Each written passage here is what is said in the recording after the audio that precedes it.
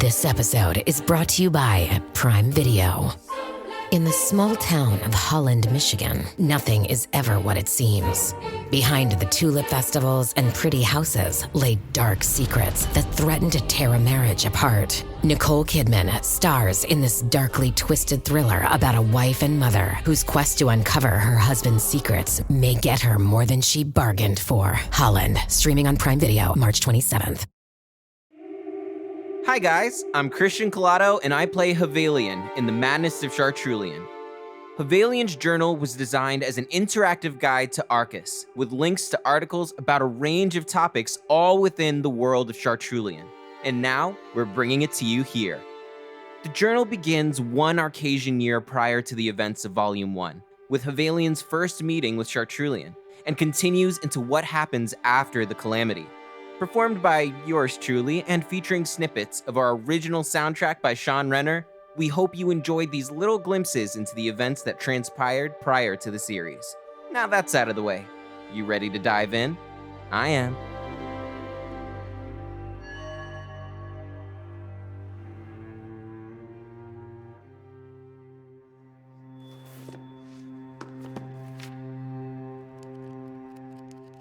It's been a while since I've done this, but it seems like as good a time as any to start a new journal. Yulia said it'd be a good idea, that times like this shouldn't get lost. She tells me my life is going to change forever soon. I hope she means that in a good way. I mean, Idrica is what it is, but it's all I've ever known. I've only ever heard small things about where I really came from. Yulia always told me that someday I would meet the person who saved my life, that we were bound together by the Star Maker's grand design or something like that. And now I've learned that he's coming here, from Simitu, to meet me, that he's someone really important. Maybe I should start from the beginning. My name is Havelion, and I'm Jardakai. Of course, I would already know that since this is my journal, but in case something happens to me and someone else is reading this, there it is. At the time of writing, we are in the 41st cycle of the Arcasian epoch, year 6, day 263. I'm 15 and live in the city of Idrica, under the care of my benefactor, Yulia. Yulia also happens to be one of the mystics and steward of Idrica Seminary, which means I pretty much live in the seminary. It's sometimes awesome, sometimes terrifying. A lot of fascinating people travel through the seminary for their education, so conversations are almost always interesting. But there are areas of the campus that are haunted for sure. Mostly the ancient zones, where the elder mystics live. Even though I live so close to them, I'm still not really into the whole Jardejo thing. Jardejo was supposed to serve as a chronicle of human evolution. I mean, the word Jardejo itself means archive, but instead, it's turned into a religion. To me, it just means the division of humanity into opposing races, which hasn't been good for anyone. Idrica is mostly Jardakai, which is the second largest race on the planet. Simitu, Arcas' capital city, is mostly Old Blood. The Old Bloods have to use science to keep their genealogies alive, and they don't like to mix with the Jardakai. In fact, they'll do anything they can to keep us out of their precious city, but more on that later. I spend a lot of time on my general studies, mostly metaphysics. Since I'm Jardakai, it seems like a good idea to have a scientific understanding of how my abilities work, but also because I'm not entirely sure what those abilities are yet. I just really want a better idea of what's possible. There aren't very many people my age at the seminary, so there's not much to do otherwise. If I want to have fun, I wander the streets or practice Gestema at Drema Academy, which the people here treat like a gym. But it's actually a training ground for the Drema, an elite group of soldiers who serve as Idrica's protectors. Gestema is their combat style, and is famous for its focus on speed, trigger points, and defense. If you know what you're doing, even someone my size can take out a pretty large opponent just by knowing where to strike. The leader of the Drema, Bodokai, gives the local kids something to do by opening its doors to everyone. You go to Drema Academy to learn about survival, discipline, and the value of routine in a world that makes it easy to go crazy from boredom. It's also just a lot of fun, and no one really lingers on where you came from. On that note, there are basically two kinds of people in Idrica: natives and refugees from the Purge. Remember when I said Simitu would do anything to keep us out of their city? Well, that was the Purge.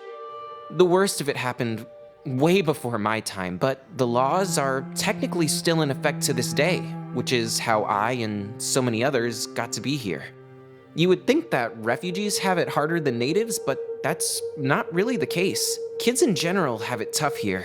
It's a place that trains you to be self-sufficient. What doesn't kill you makes you stronger, mostly because the people here live a pretty low standard of life. The city's infrastructure is very old, and parts of it haven't been updated in over 1,000 years. The stone is so durable that you'd barely know it just by looking, but other things are visibly missing.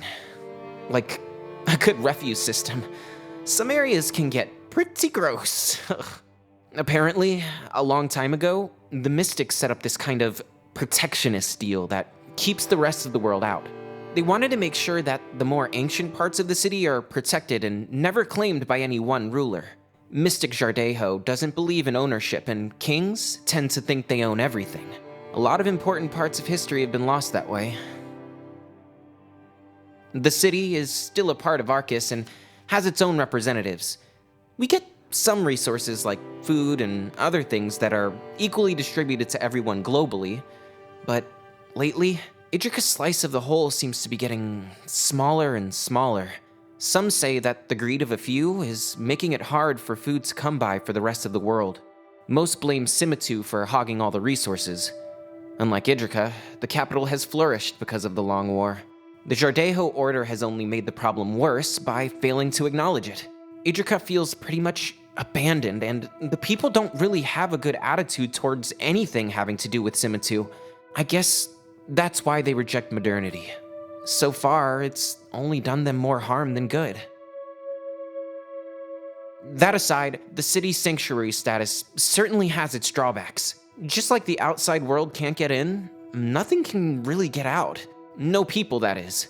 The geography of it doesn't help. The city is at the opening of a valley. In one direction, you've got salt flats. In the other, you've got canyons and mountains and all that. And just on the other side of the valley are the ruins of Zoroastra, and no one will be going back there anytime soon. At least, not until we have a way to scrape off about 1,000 years worth of ice. Idrica is a pretty backwards place, and the people who have lived here a long time have this kind of toxic, it is what it is thing going on. No one wants to change or to accept any responsibility for anything. The refugees, on the other hand, are hungry for justice.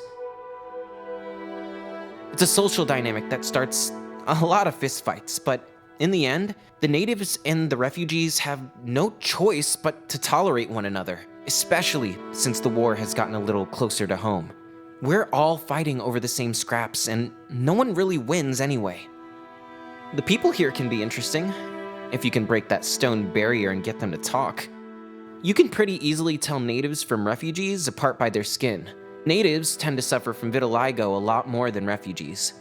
There aren't many diseases left on Arcus, but Idrica is pretty far behind other places when it comes to the health of its citizens. Another drawback of the city's sanctuary status, I think.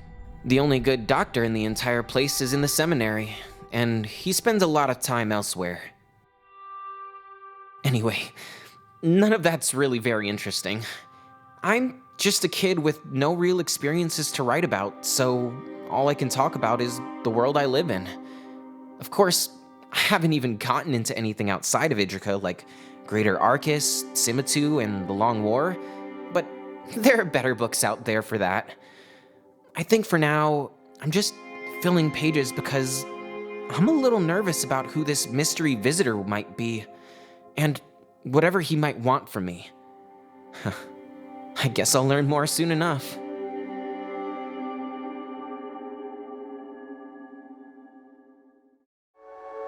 If you're a fan of immersive audio fiction, you won't want to miss out on these shows from Howl Media. The Madness of Chartrulean. Will this world accept my vision of the future? Or is all of this a mistake? The Nebulous Saga. You killed my family. They killed mine. And for 10 years, I've been making the Alliance pay. Tales for Howling at the Full Moon. It is not my worth that brings me here. It is my calling. Another day, another chosen one.